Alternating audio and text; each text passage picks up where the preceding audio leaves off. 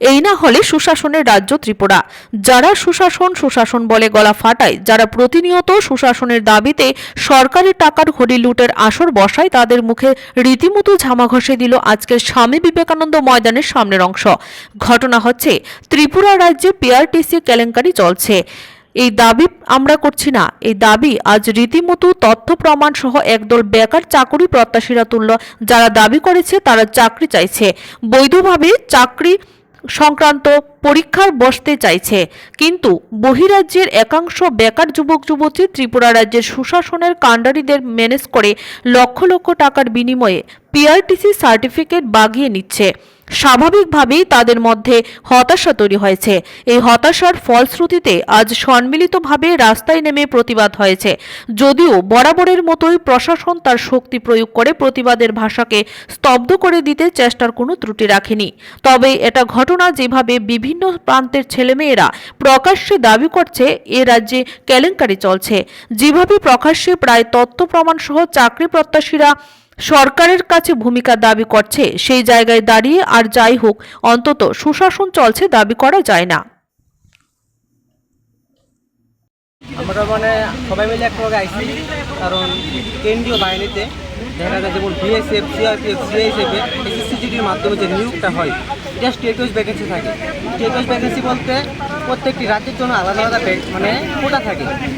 ধরুন আসামের জন্য 50টা বা 500টা, ধরুন 500টা আসামের জন্য, ত্রিপুরার জন্য 500টা।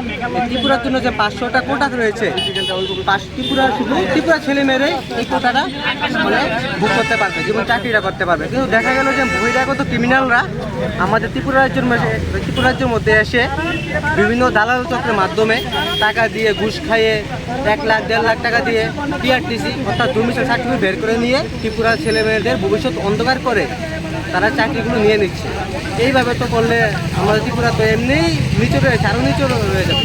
তো আমরা মাননীয় মুখ্যমন্ত্রী এবং মাননীয় মন্ত্রী শ্রী সুশান্ত চৌধুরী মহোদয়কে আমরা জানাই যে আমাদের এই দাবিটা দেখুন, এটার দিকে এসএসসিজিডি যে বহিরাগত ছাত্ররা এখানে এসেছে, এটার দিকে নজরটা রাখুন। আমরা চাই আপনারা যে লাস্ট পরীক্ষাতে দিয়েছেন, বহিরাগত কীরকম ছিল?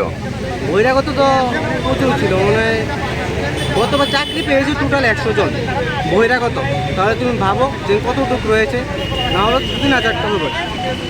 মানে তারা পিআরটিসি না, কিন্তু হাজার হাজার domicile certificate, fake domicile certificate বের করতে নিচ্ছে তারা টাকার মাধ্যমে। 1 লাখ 1.5 লাখ তারা নিজের মুখে স্বীকার করেছে, 1-1.5 লাখ টাকার মাধ্যমে তারা পিআরটিসি বের করে। আপনারা যারা আইছেন তারা কারা? মানে সবাই কি মানে এই ক্যান্ডিডেট, এসএসসিজিডির ক্যান্ডিডেট সবাই এবার পরীক্ষা দিয়েছে। প্রত্যেকটা বছর এরকমই চলছে। বহিরাগত আসে দেশে ত্রিপুরা ছেলে মেয়েদের। কোনখান থেকে আসে তারা? যেমন ইউপি, বিহার, এরকম। ওখানে তো কাটও বেশি, কারণ তারা তো সারাদিন পড়াশোনা করে, হিন্দিতে মানে জন্মের প্রত্যেক হিন্দি। আর আমাদের এখানে তো হিন্দি আর ইংলিশ ভালো করে পরীক্ষা দিতে পারে না ছেলেমেয়েরা বেশিরভাগ, তার জন্য কাটঅফটা একটু কম থাকে। সেমভাবে ওরা প্রত্যেক বছর আসে আমাদের এখানে ছেলেমেয়েদের ভবিষ্যৎ কানা করে নিয়ে যায়।